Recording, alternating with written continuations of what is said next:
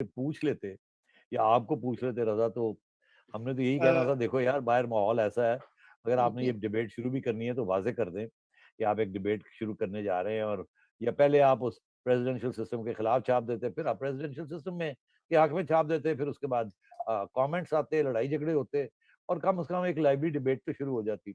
मगर मुझे लगता है ऐसे है कि अब वो इस मुल्क में डिबेट शिबेट्स खत्म हो गई हैं, मैं अब कंस्पिरेसी थेरीज ही चलती हैं रजा अब।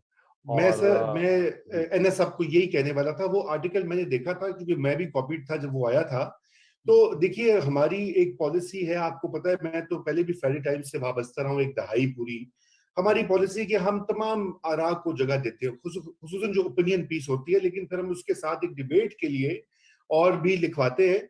तो हम इसके ऊपर पूरी एक सीरीज कर रहे हैं और बहुत से लोग इस पे लिखेंगे पार्लिमानी इंतजाम के हक में, प्रेसिडेंशियल निजाम के हक में, और एक डिबेट, क्योंकि पाकिस्तान में हल्के हैं मौजूद जो ये समझते हैं कि जी यहाँ पे फ्रांस या अमेरिका की तरह निजाम आ जाएगा तो कोई बड़ा बेहतर हो जाएगा। बहरहाल थैंक यू कि आपने ये क्लैरिफाई कर दिया।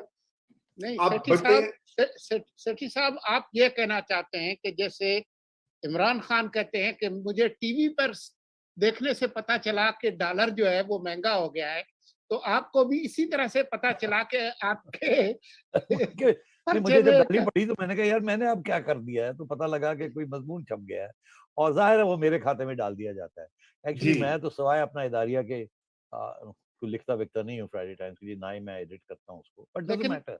मगर मेरा नाम तो है ना जी एज एडिटर इन चीफ, तो जी दोस्तों ने अगर कुछ लोग कह रहे हैं कि आपकी आवाज जरा मध्यम है, क्या आपने कोई मेरे ख्याल से ये उतार दे अगर आप सेठी साहब, ये अपने जो एयरफोन्स हैं तो शायद उससे बेहतर हो जाएगा।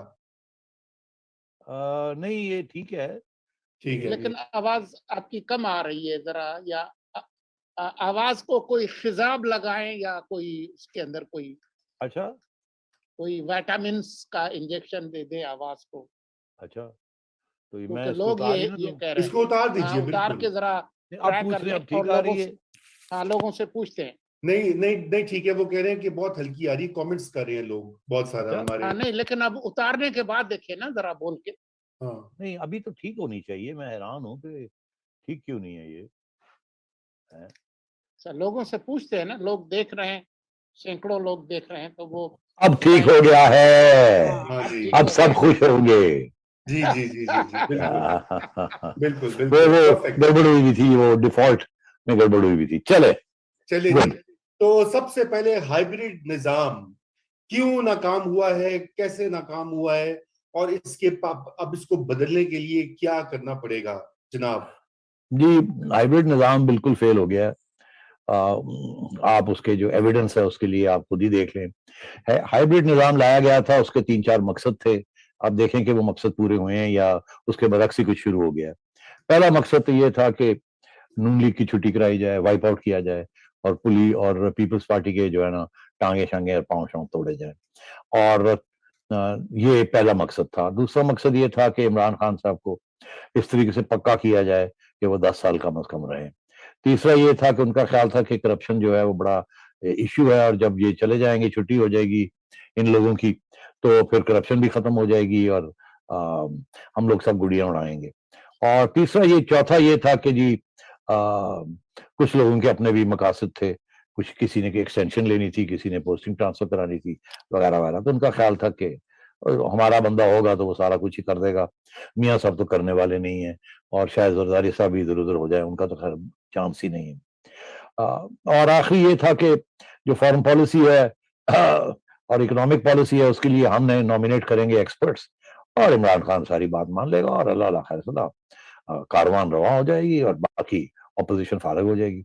और आखिरी स्टेज पे ये कि क्योंकि मीडिया और जुडिशरी जो थे उन्होंने बहुत बड़ी हिमायत की थी इमरान खान की, तो यही ख्याल था कि मीडिया जो है मसला ही कोई नहीं होगा, और अगर छोटा मोटा मसला हुआ तो वो तो मैनेज हम कर लेंगे।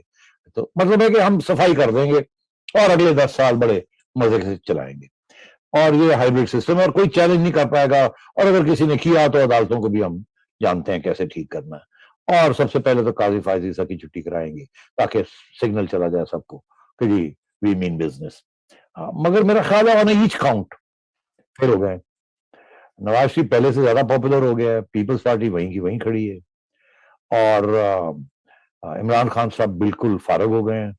उनकी कारकर्दगी जो है इतनी बुरी है कि उनको लाने वाले भी परेशान हैं और शर्मिंदा हैं, और खसूसन पंजाब में। और फिर जितनी वो यू टर्न्स ले रहे हैं, जो उनकी वो तवक्को थी कि वो बहुत अच्छी काम करेंगे और बड़ी अच्छी टीम लाएंगे और सारे मसले हल करेंगे, उनमें से एक मसला भी हल नहीं हुआ।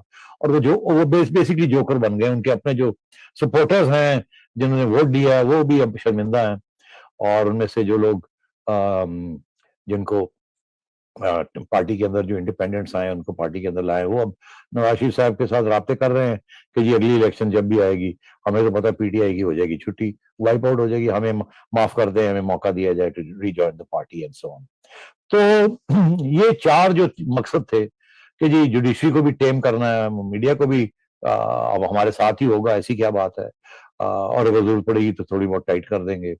नून लीग को तो फारग ही करने का प्लान था, और पीपल्स पार्टी का भी ये था कि ये 100% तावन करेंगे और कोई प्रॉब्लम हमारे लिए नहीं क्रिएट करेंगे, और आहिस्ता आहिस्ता कराची और सिंध में इनका भी वोट बैंक जो है वो हम तोड़ देंगे। तो मतलब 10 साल के लिए हम आए हैं, कोई प्रॉब्लम ही नहीं है, जब हम हैं तो क्या हम है। तो हाइब्रिड सिस्टम फारग हो गया। मगर सबसे जो खतरनाक बात है, खतरनाक ये सही लफ्ज है, वो ये है कि जो लाने वाले हैं ना उनको गाली पड़ रही। ये कभी भी सोच नहीं थी कि ये सारा बैकलैश जो है इमरान खान साहब से हट के ये उनके ऊपर आएगी, खसूसन पंजाब में। अब हम तो रिपीट भी नहीं कर सकते लोग यहाँ क्या कह रहे हैं, और पंजाबी में कह रहे हैं, आप मेरी बात समझ रहे हैं। उर्दू में शाइस्ता उर्दू में, नफीस उर्दू में बात नहीं कर रहे, वो पंजाबी में बात कर रहे हैं। पंजाबी में आपको पता है बातें कैसे होती है। और अब कोई भी जब भी इमरान खान की बात होती है तो कहते हैं उन्होंने पीछे कौन है, लियाण वाला कौन है, और फिर बिल्कुल ठीक ठाक पंजाबी बोली जाती। तो मेरा ख्याल है सबसे बड़ी फेलियर ये है कि रियासत के इदारे जो हैं, जो इमरान खान को सपोर्ट कर रहे हैं या उनका सतून बने हुए हैं, वो अब अनफॉर्चुनेटली क्योंकि ऐसे होना नहीं चाहिए। रियासत के इदारे जो है वो क्रेडिबल होने चाहिए, न्यूट्रल होने चाहिए, उनकी इज्जत होनी चाहिए, बिकॉज रियासत के इदारों के ऊपर रियासत खड़ी होती है। और अगर वो कमजोर हो जाए या बदनाम हो जाए तो रियासत खतरे में आ जाती है। तो हुकूमतें तो आती जाती हैं, मगर रियासत के इदारे जो होते हैं वो परमानेंट होते हैं।